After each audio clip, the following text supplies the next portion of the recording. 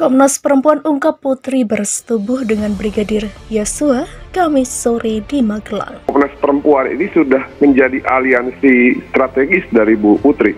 Kenapa saya bilang seperti itu?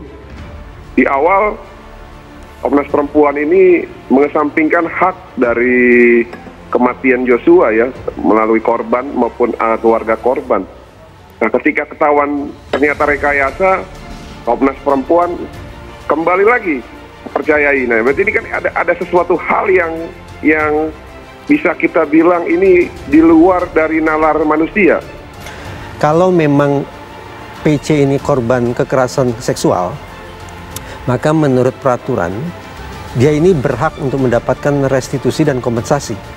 Tapi ada syaratnya.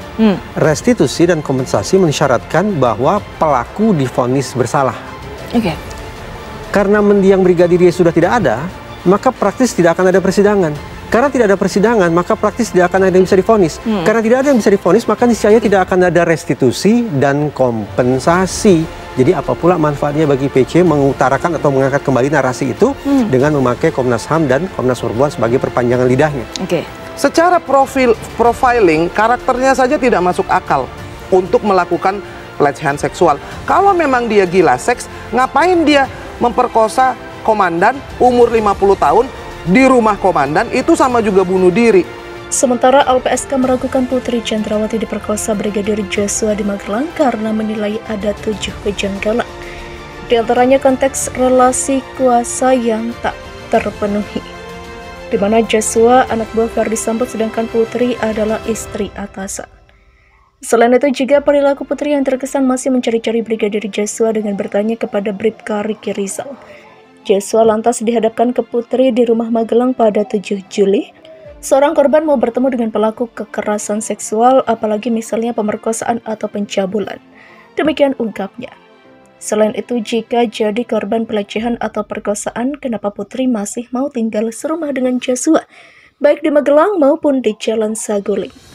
Korban yang punya lebih kuasa masih bisa tinggal satu rumah dengan terduga pelaku, ini juga ganjil, janggal. Demikian katanya. Irma Huta Barat mengatakan kalau Yosua gila seks, ngapain dia perkosa istri komandan umur 50 tahun.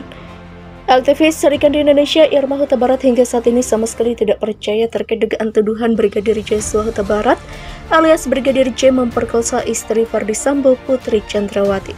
Secara profiling, karakternya saja tidak masuk akal untuk melakukan pelecehan seksual. Kalau dia gila seks, ngapain dia memperkosa istri komandan umur 50 tahun di rumah komandan? Itu sama juga bunuh diri, demikian kata Irma. Pacarnya Yosua tuh cantik, namanya Vera Simanjuntak. Dia mau nikah tahun depan, tambah Irma. Hal-hal inilah yang menurut Irma Huta Barat harusnya diberikan atensi untuk dikaji mendalam guna menguji kebenaran tuduhan pelecehan seksual yang dilakukan Yosua Huta Barat terhadap Putri Chandrawati. Selain itu, Irma mengungkapkan selama menjadi ajudan Ferdy Sambo, Yosua bekerja layaknya bukan seorang anggota polisi. Disuruh nyetrika baju, disuruh melakukan hal-hal yang di luar tugas kepolisian, itu tidak pernah dipertanyakan. Bagaimana orang yang senurut sebaik itu dan menganggap perempuan yang 50 tahun ini sebagai ibunya tiba-tiba Sambo bilang memperkosa? Ini absurd. Itu tidak masuk akal, tugas Irma. Sebelumnya, kuasa hukum Putri Chandrawati Arman Hanis mengungkap bahwa kliennya diperkosa oleh Brigadir Yosua Huta Barat alias Brigadir J pada Kamis 7 Juli 2022 atau sehari sebelum pembunuhan Yosua di rumah dinas suaminya di Kompleks Polri Duren 3, Jakarta Selatan pada Jumat 8 Juli 2022.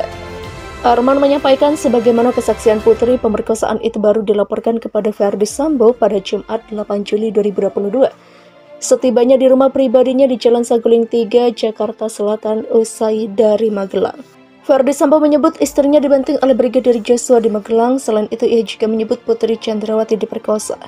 Hal itu tertuang dalam berita acara pemeriksaan atau BAP terhadap Ferdy Sambo pada 22 Agustus 2022 lalu. Dalam BAP itu, Ferdy Sambo menyebut istrinya mendapat perlakuan kurang ajar dari Brigadir Joshua saat berada di Magelang.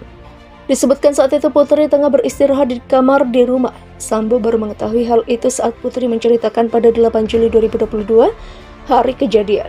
Putri yang masih di Magelang menceritakan kejadian itu kepada Ferdy Sambo melalui sambungan telepon. Akun TikTok Barada Eliezer bongkar motif pembunuhan Brigadir Joshua gara-gara kebakaran Kejagung. Istri saya tidak enak badan dan merasa ketakutan karena Brigadir Joshua telah melakukan sesuatu yang kurang ajar kepada istri saya, kata Sambo dalam BAP itu.